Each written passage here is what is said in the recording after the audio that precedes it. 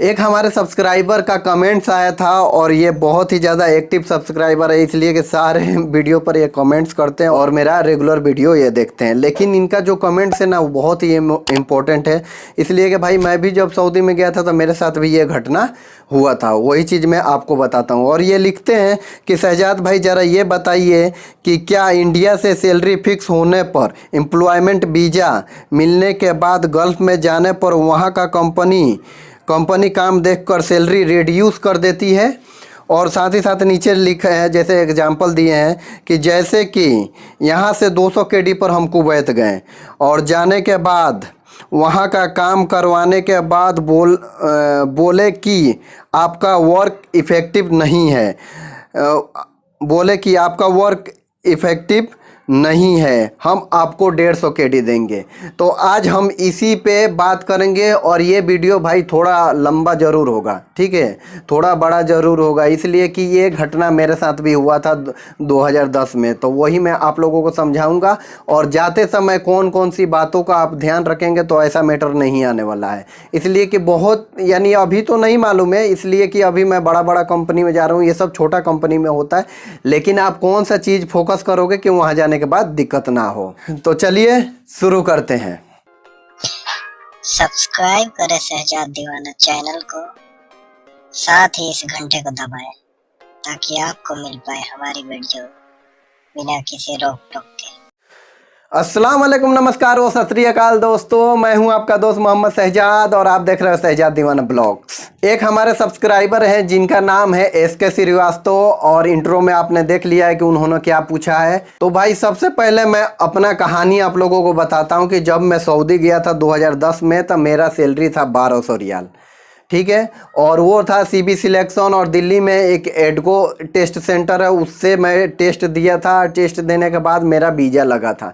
लेकिन वहाँ जाने के बाद क्या हुआ कि यार जो JCB उधर का है और इधर का है तो फ़र्क है, यानी कहने का मतलब हम लोग बचपन से दाहिने हाथ से खाना खाए हैं, ठीक है। अगर कोई बोले कि भाई इससे खाओ तो जब तक दिमाग में रहेगा तभी तक खाएंगे और भूल जाएंगे तो फिर दाहिना हाथ चलने लगेगा, वही प्रॉब्लम था। यानी मैं यहाँ अच्छा खासा 5 साल का काम करके यानी अच्छा खासा एक्सपीरियंस लेकर गया था वहाँ पे, लेकिन मुझे भी बोल रहे हैं कि भाई आपको मालूम नहीं है। जाहिर सी बात है, मेरे से काम नहीं हो रहा था वो बोलेंगे ही, लेकिन मेरे जैसे और भी बहुत ज़्यादा ऑपरेटर्स हैं तो उनसे भी नहीं हो रहा था काम। तो उनको भी बोला कि भाई आप लोगों का 1200 सैलरी है, या तो आप इंडिया जाओ और नहीं तो 700 सैलरी पर आपको काम करना पड़ेगा। यानी समझ लीजिए हम लोगों का 24,000 था ना, तो वो 14,000 रुपये दे रहे थे इंडिया का कि भाई 14,000 पे आपको काम करना पड़ेगा। तो देखो, एक तो पहला नंबर कि जो आदमी काम किया और उसको बोला जाए कि भाई आपको काम नहीं मालूम है ना, तो यहाँ दर्द होता है यार।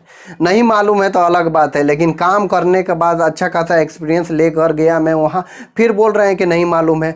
और सबसे बड़ा प्रॉब्लम था वहाँ क्या कि भाषा नहीं मालूम था, इंग्लिश भी उनको नहीं समझ में आ रहा था और हिंदी तो बात हटाओ।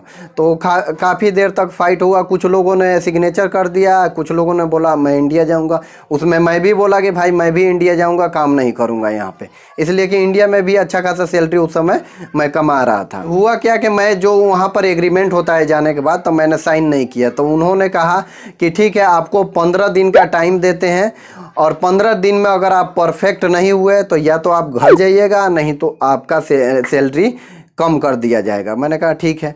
तो वो 15 दिन क्या 1 ही 2 दिन में कंप्लीट हो गए थे, इसलिए कि सारे बंदे काम किए थे। तो 1-2 दिन में फिर भी 1 वीक तक हम लोगों का ट्रेनिंग चला, उसके बाद वो लोग हम लोगों को मशीन दिए। अब दिक्कत आता है कि भाई यहाँ पर आपका सैलरी कुछ और वहाँ जा कर के कुछ कंपनियाँ गड़बड़ कर दे तो आप क्या कीजिएगा। देखिए भाई, ये गड़बड़ होने वाली चांस होता कहाँ है, वो एजेंट के पास होता है। वो लोग बड़ी बड़ी कंपनियाँ नहीं पकड़ते और छोटा छोटा ट्रेवल एजेंसी है वो इधर उधर से डायरेक्ट वीज़ा लेकर के भेज देते हैं, वहीं होता है, ठीक है। मैं भी गया था तो एजेंट के थ्रू गया था, मुझे भी दिक्कत आता था तो मैं उस एजेंट को बोलता था, लेकिन कुछ होने वाला नहीं था। जो भी किया वो खुद से ही करना पड़ा वहाँ पे।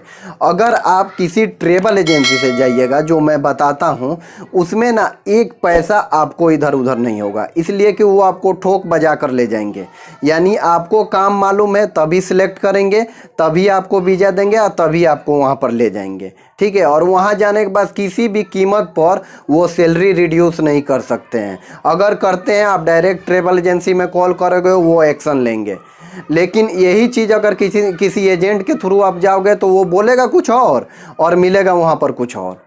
ठीक है, तो ये दिक्कत होता है। और सबसे इम्पोर्टेंट बात, अगर एजेंट के थ्रू हम लोग जाते हैं ना, तो वो क्या करते हैं कि जो हम लोगों का एग्रीमेंट पेपर रहता है या तो फेक बना कर दे देंगे और नहीं तो देंगे ही नहीं, बोलेंगे कि जाइए आपका इतना सैलरी है। वहाँ जाने के बाद उनका मनमाना रहता है कि भाई आपका सैलरी इतना है, आपको इतना ही में काम करना है। जैसे कि मैं अगले वीडियो में बनाया था कि एक बंदा जो दुबई में गया था वो दूसरे काम में गया था, काम कुछ दूसरा करवा रहे थे। तो यही सब दिक्कत होता है। तो जाते समय आप लोगों से रिक्वेस्ट करूंगा कि 2-3 बात मैं जो आपको बता रहा हूँ वो केयर करना। सबसे पहले ट्रैवल एजेंसी जेन्युइन होना चाहिए।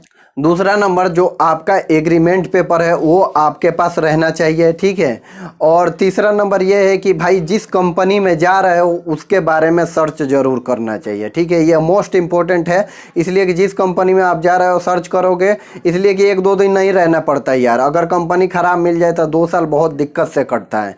तो उम्मीद करता हूं कि एसके श्रीवास्तव भी समझ गए होंगे और मेरे जो दोस्त हैं, जो सब्सक्राइबर हैं, उनको भी इस वीडियो से ज़रूर फ़ायदा मिला होगा कि भाई जाते समय किन बातों का ध्यान रखना चाहिए, नहीं तो दिक्कत हो जाएगा।